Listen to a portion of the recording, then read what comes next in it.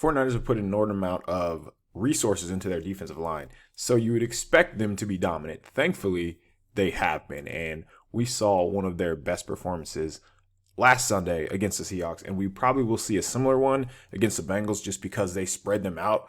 I want to highlight some of the plays that they have been making, specifically this guy right here. DJ Jones has been spectacular. And the thing is, they've pretty much changed their defense a little bit. So this is supposed to be Javon Kinlaw. When Javon Kinlaw was playing, DJ Jones would be like a one technique. So he would be on either the inside eye of the guard, which I guess is a 2-eye, or just in the gap right here. Then you'd have the other player, Javon Kinlaw, as your 3 technique. Now they've moved Arik Armstead inside, and DJ Jones now has been playing a lot of 3 technique as well, which is just the outside shoulder of the guard. So by having both players in 3 techniques, it gives both players a two-way go.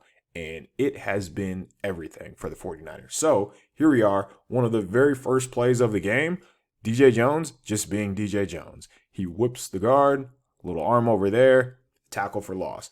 They have had so many of these type of plays in recent weeks, and a lot of it is just being better than the opposition. But when you win that quickly, it gives your defense a chance. And I know we've talked about the secondary a lot, but we have to give kudos to the guys up front. One of the most impressive parts about all these guys up front is their hustle. So when there's a play, whether it's to this sideline, whether it's to this sideline, whether it's down this way, they are hustling towards the ball down the line of scrimmage. And as you can see right here, DJ Jones creates a possession for the offense just by pure hustle. He gets his arm out, forces a fumble, and as you can see, 49ers ball. So you get to see it from this angle.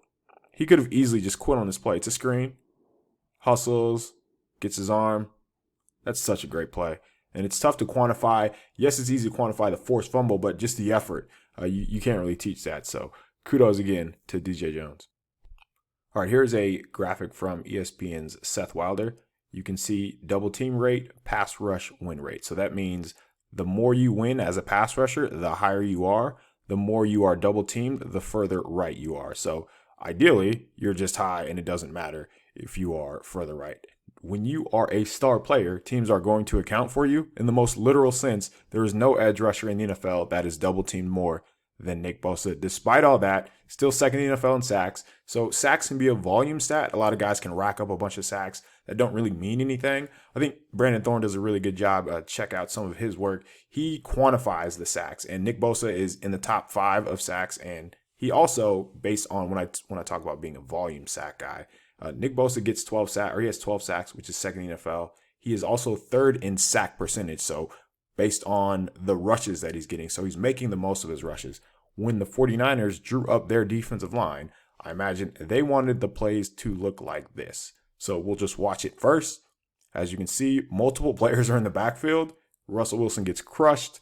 But of course, this play happens because of Nick Bosa. But if you just walk through all of the players, everybody does their job. So Samson Ebukam, he's been coming along nicely as of late within the last month. And again, he was a part-time pass rusher. He's never done this full-time, so it was always going to be like a slow start for him. But you can see him get a little bull rush here, and this is just what you need. Just to reset the line of scrimmage, push the guy back. Look at this left tackle right here. He's struggling. That's a win for Ebukam. Go the other way.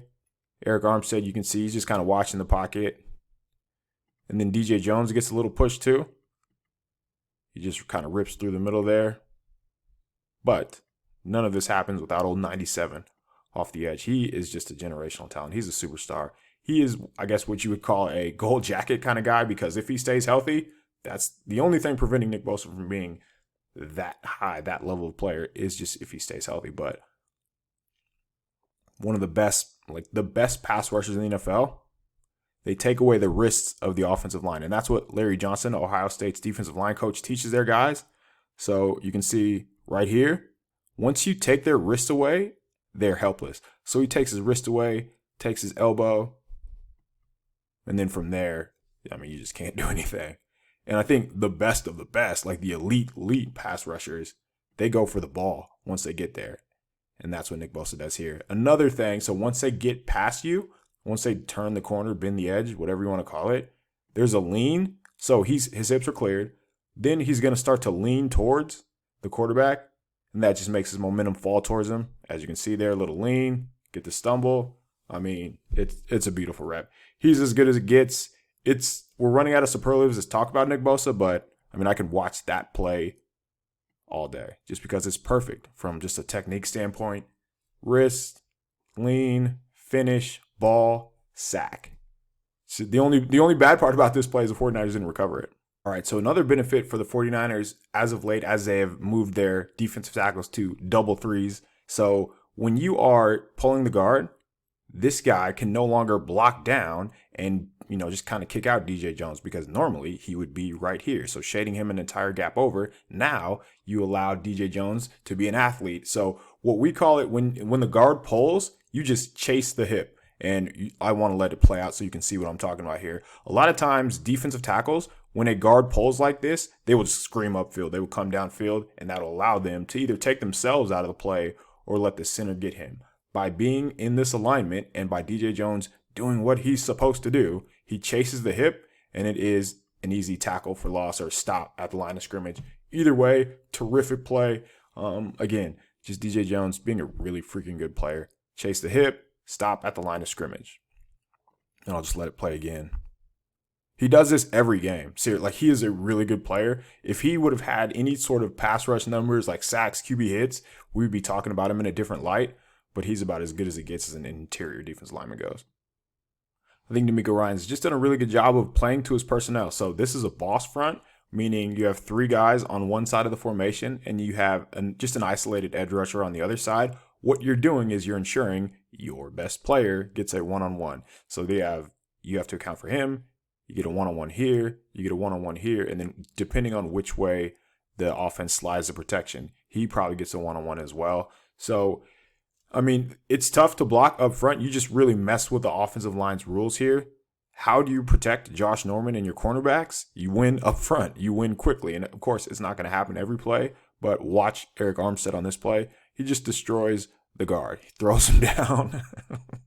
And there's nothing you can do. As you can see, 26 beat because, of course, but these guys up front are just ridiculous. They're really, really good. And it sucks that we can't talk about them the way that we should be able to talk about them because of the way the cornerbacks have played recently. But, I mean, this rep just tells you. Leave Arik Armstead inside forever.